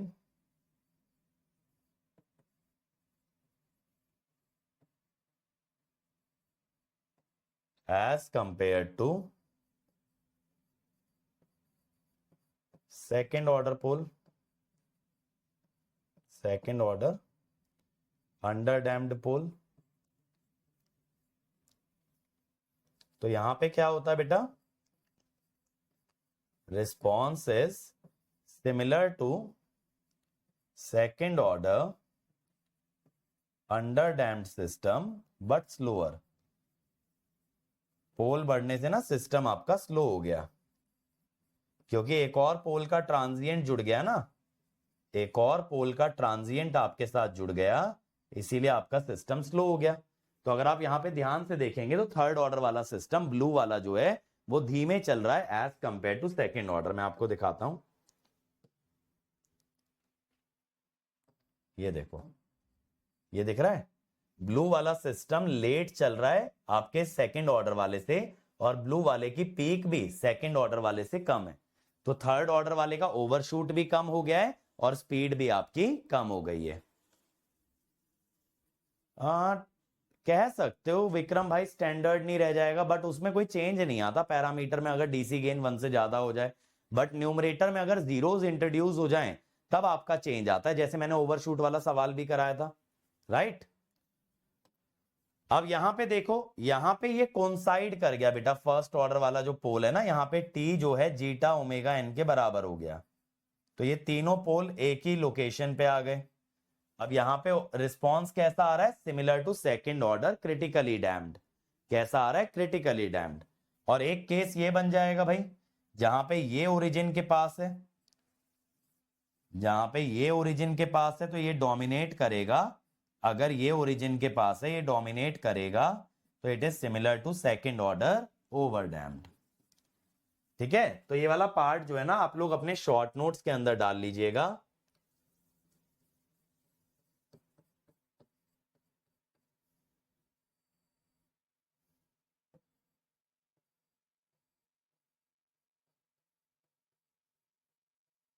ठीक है, तो जो फर्स्ट ऑर्डर वाला ओरिजिन के पास है वो डोमिनेट कर रहा है, तो ओवर डैम्ड जैसा आ रहा है। तो आपको एक क्लियर रहना चाहिए कि फर्स्ट ऑर्डर का पोल इंट्रोड्यूस करने से कैसा रिस्पॉन्स आएगा in different cases, in different cases. हाँ जी, अब आते हैं थर्ड ऑर्डर सिस्टम के रिस्पॉन्स पे। देखो, थर्ड ऑर्डर सिस्टम का रिस्पॉन्स अगर कभी आपसे पूछ लिया जाए, ठीक है, थर्ड ऑर्डर सिस्टम का रिस्पॉन्स अगर कभी आपसे पूछ लिया जाए, मान लो आपको ट्रांसफर फंक्शन ऐसे दे रखा है, जैसे k by S square, sorry s cube plus a s square plus b s plus सी। तो हम लोग क्या कहते हैं, try to decompose, try to decompose third order system into first and second order system। ठीक है, अब ये कैसे होगा सर, देखो आपको क्या करना होता है, जब इस टाइप से थर्ड ऑर्डर सिस्टम दे दे और उसके ट्रांजिएंट की बात करें, आप ना डिनोमिनेटर को ऐसे ब्रेक कर लेते हो। देखो s प्लस मैं बोल देता हूं p एस स्क्वायर, आप ऐसे ब्रेक करते हो, फिर आप क्या करते हो, फिर आप ना इसको एक्सपैंड करते हो, s cube plus p s square और 2 zeta omega N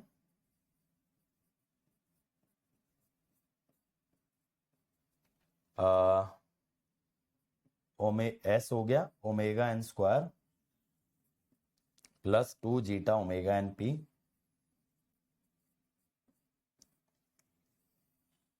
plus omega N square into p. अब आप कंपेयर करते हो, जब आप बेटा दोनों को कंपेयर करते हो तो आप कहते हो जो लास्ट वाली टर्म है c, that will be omega N square into p. ठीक है, फिर जो A है 2 zeta omega n plus P, ठीक है, और जो B है omega n square plus 2 zeta omega n P। समझ गए क्या करना है? तो यहां से compute P zeta omega n, यहां से P जीटा और ओमेगा n आप निकाल लीजिए। अगर आपने P जीटा और ओमेगा n निकाल लिया तो आपको सिस्टम के कंपोनेंट्स तो मिल गए, है ना।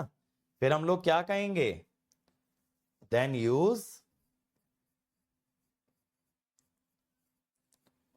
प्रीवियस कॉन्सेप्ट टू जज नेचर ऑफ रिस्पॉन्स। क्लियर है भाई क्या करना होता है थर्ड ऑर्डर सिस्टम में? और अगर ये फर्स्ट ऑर्डर वाला पोल बहुत दूर आ जाए तो इसको इग्नोर भी कर सकते हो।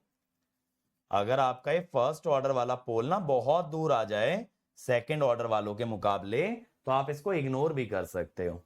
तो आपको थर्ड ऑर्डर सिस्टम को ना फर्स्ट ऑर्डर और सेकंड ऑर्डर में बेटा डिकम्पोज करना रहता है। अब देखो कई बार ना पोल्स के लोकस की भी बात होती है।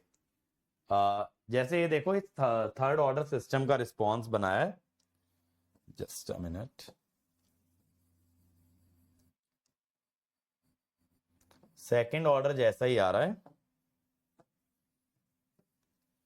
ये 0 से जीटा 1 तक, ये जीटा इक्वल टू 1। तो यहां पे क्या हो रहा है बेटा, यहां पे रिस्पॉन्स आपका सेकंड ऑर्डर जैसा ही आ रहा है। If response same as second order,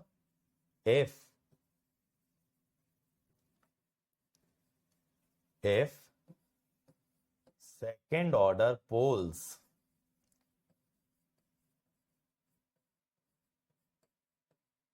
dominate with respect to first order pole,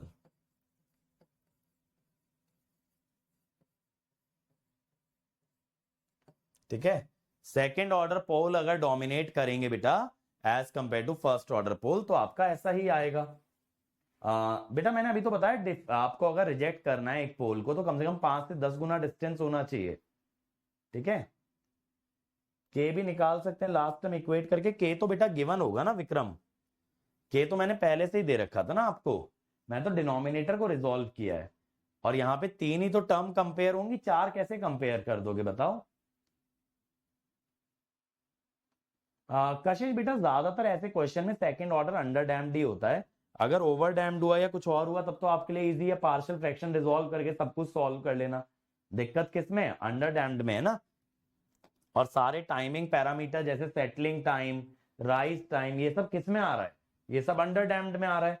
तो गेट में अगर उसने क्या किया आपको घुमाने के लिए कि उसने फर्स्ट ऑर्डर और सेकंड ऑर्डर मिला के दे दिए, तब बात कर ली सेटलिंग टाइम राइज टाइम की, तो हो सकता है आपको फर्स्ट ऑर्डर वाले को इग्नोर करना पड़े and then you have to do using just the second order system. अब देखो बेटा पोल्स के कुछ लोकस होते हैं। अगर मान लो आपको ये दे देगा जीटा कांस्टेंट है, जीटा कांस्टेंट होने से आपका ये थीटा कांस्टेंट हो जाता है, ठीक है। अगर जीटा कांस्टेंट होता है, जीटा आपका कॉस थीटा होता है ना, तो यहां पे आपका थीटा कांस्टेंट हो जाता है। तो इस लाइंस पे आपके पोल लाई करते हैं। अंडर डैम्ड सिस्टम में क्या होगा, इस लाइंस पे पोल लाई करेंगे, पोल्स आर कॉम्प्लेक्स कॉन्जुगेट। ये पॉइंट समझ में आया। अगर आपको ये बोल दिया कि पोल्स का जीटा कांस्टेंट है तो पोल्स आपके इन दो लाइंस पे लाई करेंगे, क्योंकि जीटा कांस्टेंट माने थीटा कांस्टेंट, तो ये जो दो लाइन बन रही हैं इसके अलोंग लाई करेंगे। अगर आपसे बोल दिया बेटा ओमेगा डी कांस्टेंट है, अगर आपसे बोल दिया ओमेगा डी कांस्टेंट है, तो इससे क्या होगा कि y इंटरसेप्ट या y coordinate of poles is constant. Poles का जो y कोऑर्डिनेट होता है ना बेटा वो ओमेगा डी होता है, वो कांस्टेंट हो जाएगा, उसका x कोऑर्डिनेट बदलता रहेगा, x कोऑर्डिनेट बदलता रहेगा। अगर बोल दिया ओमेगा n कांस्टेंट है, अगर मेरे बच्चों ओमेगा एन कांस्टेंट बोल दिया तो ओमेगा एन क्या होता है? Distance of the pole from the origin. तो अगर ओमेगा एन कांस्टेंट है तो पोल एक सर्कल पे लाई करने लगते हैं, ठीक है? Distance of pole from origin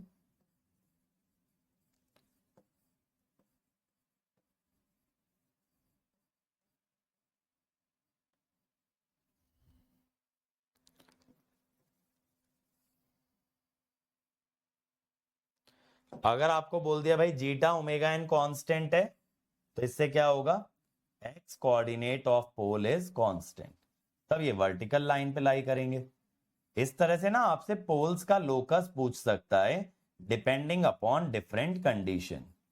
तो आपको अंडर डैम्ड सिस्टम के ना पोल्स की पूरी जानकारी होनी चाहिए कि एक्स कोऑर्डिनेट होता है zeta omega n, y coordinate होता है आपका जे ओमेगा डी, ठीक है? डिस्टेंस फ्रॉम ओरिजिन होता है ओमेगा एन, जीटा जो होता है that is equal to cos of theta. इस टाइप से आपको जो भी कुछ दे रखा हो वो आप इस हिसाब से लेके चल सकते हो, ठीक है? ये वाला पार्ट इंपॉर्टेंट है, शॉर्ट नोट्स में नहीं भी डालोगे तो भी चलेगा, बट अगर लगता है कि इसको रिवाइज करने की जरूरत है, इसको कॉमन सेंस से नहीं कर पाओगे तो डाल लेना। बट अगर लगता है कि हाँ यार ये तो कर ही लेंगे हम लोग, कॉमन सेंस से तो सॉल्व हो सकता है, तो रहने देना। तो ये ऑप्शनल है शॉर्ट नोट्स के लिए, ठीक है? जरा एक क्वेश्चन देखो यार। The open loop transfer function of a system is given as k by s, s plus 1, s plus 3. If corresponding closed loop system is unity feedback, calculate the value of k such that settling time of second order underdamped system is 12 second. तो देखो ये वाला मैं कराता हूं, जो मैंने अभी आपको बोला ना थर्ड ऑर्डर को सेकंड ऑर्डर में लाना होता है। देखो ये आपका ओपन लूप ट्रांसफर फंक्शन है। क्लोज लूप ट्रांसफर फंक्शन क्या होगा? क्योंकि यूनिटी फीडबैक बोला है,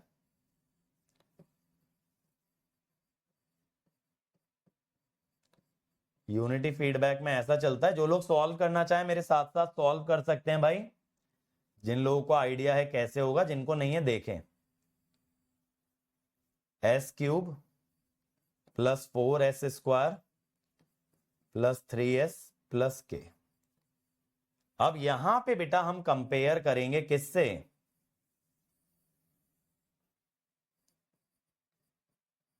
s plus P,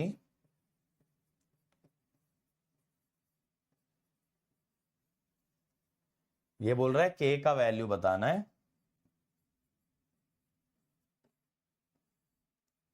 settling time हमें दे रखा है ना भाई 12 सेकेंड। ये बेसिकली है 4 बाय जीटा ओमेगा एन। तो यानी जीटा ओमेगा एन कितना हो गया? 1/3, ठीक है? तो आप यहां पे डाल सकते हो।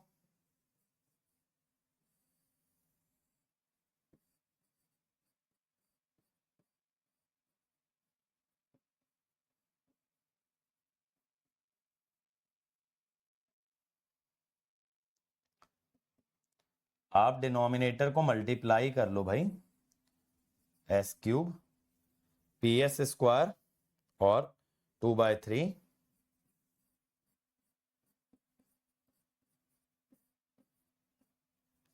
Omega N square s 2/3 P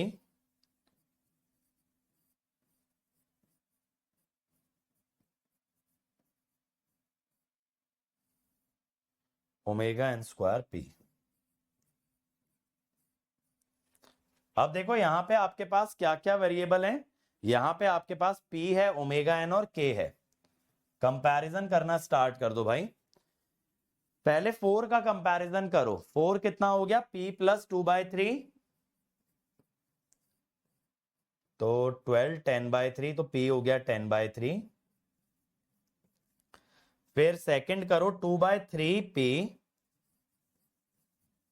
plus omega N का square. This is what? This is equal to 3। 3 minus 20/9, 7/9।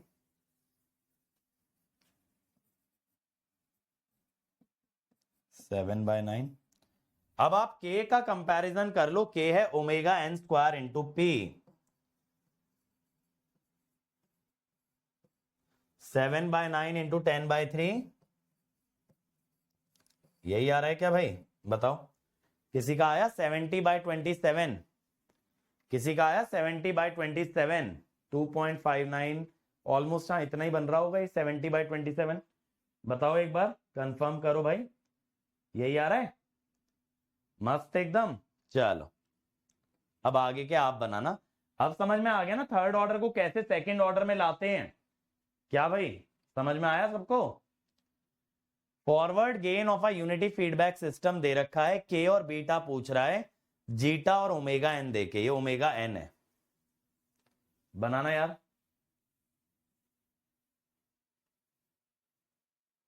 ये ना आपका ट्रांजिएंट खत्म हो गया है, अब अगले सेशन से ना एरर वाला पार्ट स्टार्ट करेंगे।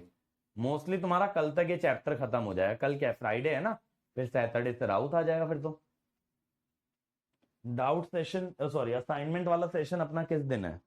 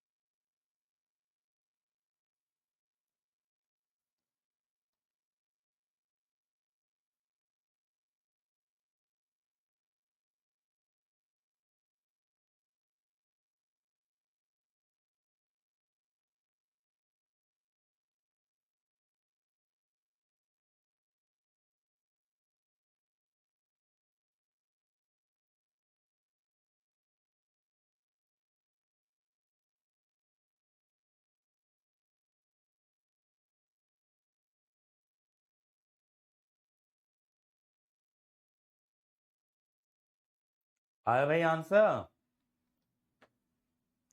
अरे मैं यार कुछ और देखने वाला था, तुम लोगों का डाउट सेशन।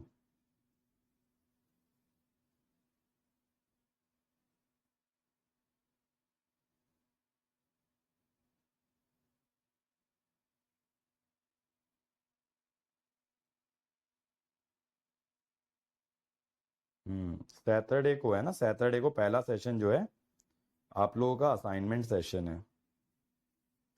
आज थर्सडे ही है ना? अच्छा ठीक है, पिछले हफ्ते 5 दिन क्लास लगी थी, इस हफ्ते 6 दिन है। ठीक है, तो एरर वाला पार्ट कंप्लीट करके अपना असाइनमेंट सेशन है। परफेक्ट। ट्यूसडे को राउत खत्म हो जाएगा, वेंसडे से रूट लोकस। अच्छा मैं आपको अभी से बता देता हूँ, अगले हफ्ते जो है ना मुझे कंट्रोल की 2 क्लासेस को एडजस्ट करना पड़ेगा, क्योंकि सैटरडे में अवेलेबल नहीं हूँ अगले सैटरडे। तो एक एक दिन एक एक एक्स्ट्रा क्लास लेके मैं वीकडे में करा दूंगा। हाँ भाई, अब यहां पे ट्रांसफर फंक्शन क्या होगा? के S+2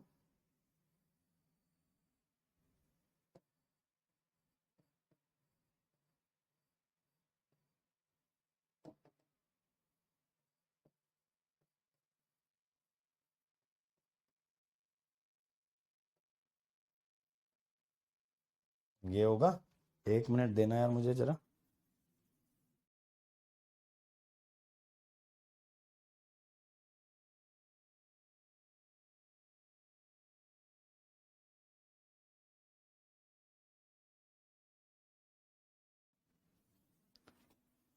अब देखो भाई, सेकंड ऑर्डर सिस्टम के बारे में बताया है।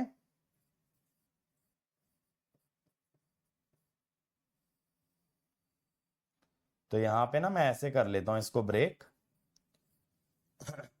जीटा ओमेगा एन कितना हो जाएगा? 2 zeta omega n, 2 × 0.2 × 2, 4 × 0.8 plus omega N square, ये हो गया।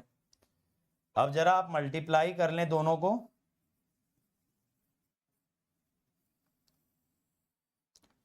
S³ plus S² plus 0.8A plus 4S plus 4A। ठीक है, के और बीटा बताना है ना। अब यहां पे आप क्या क्या कंपेयर करोगे, 4 प्लस के, 4 प्लस 0.8 है, तो के आ गया 0.8 है। एक तो ये इक्वेशन बन गई। Beta equal to a plus 0.8, एक इक्वेशन ये बन गई। एक 1 प्लस 2 के इज 4 है, तो के की जगह 1.8 ए डाला, तो ए हो गया 1/2.4, 10/24, 5/12। ये आ रहा है क्या ए, बताना 5/12। तो के कितना हो गया 4/12 यानी कि 1/3, के हो गया 1/3। और बीटा ए प्लस 0.8 यानी 4/5, 25 और 48, तो बीटा हो गया 25 और 48, 73/60। यही बनेगा ना, ए प्लस 0.8, यही आ रहा है बीटा भाई, 73/60 बताओ, 1.216, ठीक है, 73/60 ही बनेगा। क्लियर हो गया। तो अगेन बेटा थर्ड ऑर्डर को सेकंड ऑर्डर से कंपेयर करके चलना है। चलो एक लास्ट क्वेश्चन ये और बना दो। आउटपुट रेट कंट्रोल, रेट माने डेरिवेटिव, डेरिवेटिव फीडबैक, रेट माने डेरिवेटिव होता है, is used to improve the damping of the system, calculate the value of k such that damping ratio of the above system is maintained at 0.5।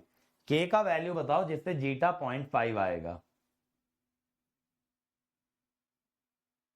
Conclusion से compare माने,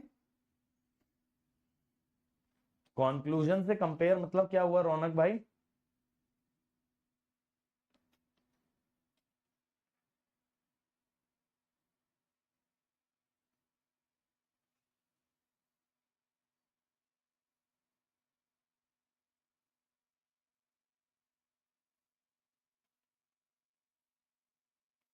वो कह रहे हो कि जो मैंने केस 1, केस 2, केस 3 बनवाया है, उसके लिए तो पोल्स पता होने चाहिए ना। पोल्स कहाँ पता थे? थर्ड ऑर्डर के।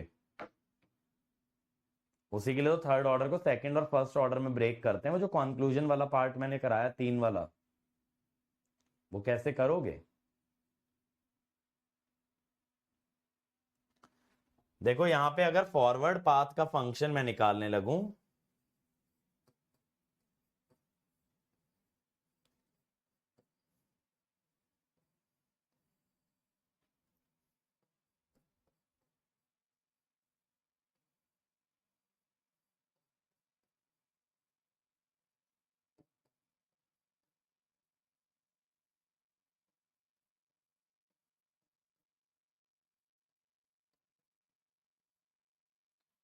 अब ओवरऑल ट्रांसफर फंक्शन क्या बन जाएगा भाई?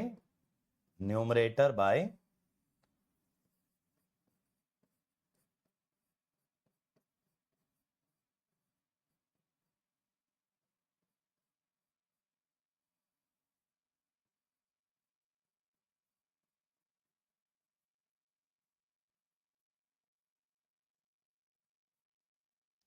तो अब यहां पे ओमेगा एन का स्क्वायर आ गया 1/4,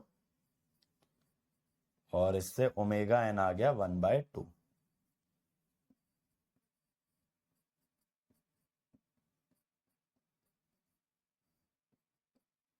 जीटा कितना है? हाफ है।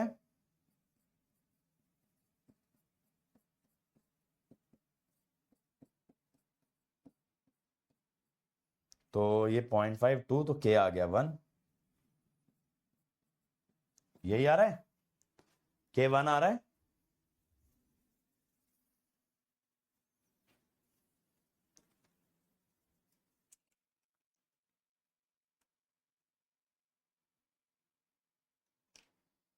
चलो तो इसके आगे के देखो 2 क्वेश्चन अपने बच गए हैं, इनको एज अ होमवर्क कर लेना। वैसे ये वाला बना दो यार एक बार फटाफट से ना, अप्रोक्सीमेट ट्रांसफर फंक्शन बताना है। चलो डोमिनेंट पोल से बता देना जरा approximate transfer function, approximate transfer function बता देना जरा डोमिनेंट पोल से फटाफट।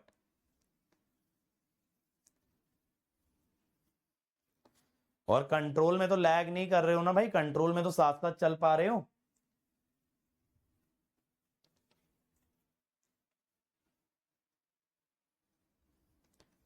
और मैं कोशिश करूंगा मशीन्स के बाद तुम लोगों को ना कुछ दिन का गैप दे दूं, ताकि जो लोग का बैकलॉग वगैरह चल रहा है कवर अप कर लें बिफोर पावर सिस्टम। देखो यहां पे इसके जो पोल्स आएंगे ना,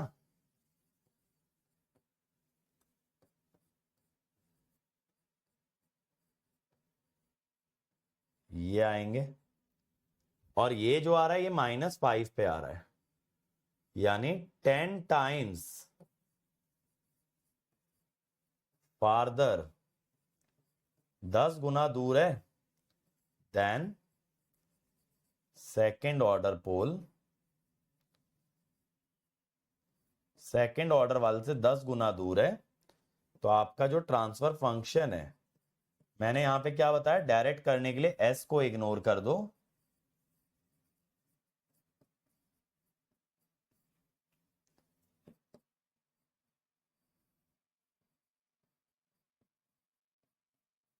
S² प्लस S+1। S+5 पूरा इग्नोर नहीं होगा बेटा, ठीक है, S+5 पूरा इग्नोर नहीं होगा, सिर्फ इसमें से S इग्नोर होगा। ये वाला भी कर देना यार, ये भी इजी है, कर देना जरा इसको भी।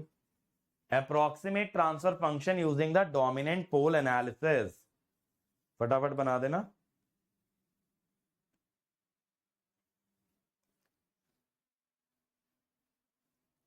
मैंने बताया था 5 से 10 गुना।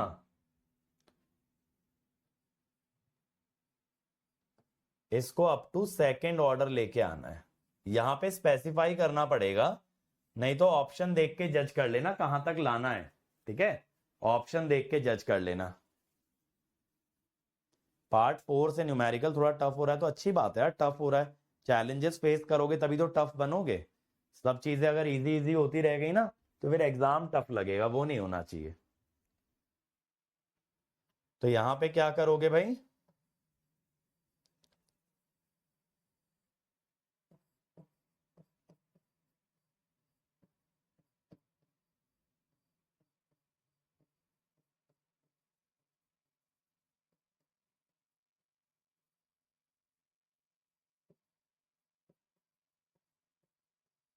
तो ये आ गया आपके पास, ठीक है भाई, चलो बहुत बढ़िया। अब आगे आप लोग का असाइनमेंट है, असाइनमेंट आप लोग कर लीजिएगा भाई।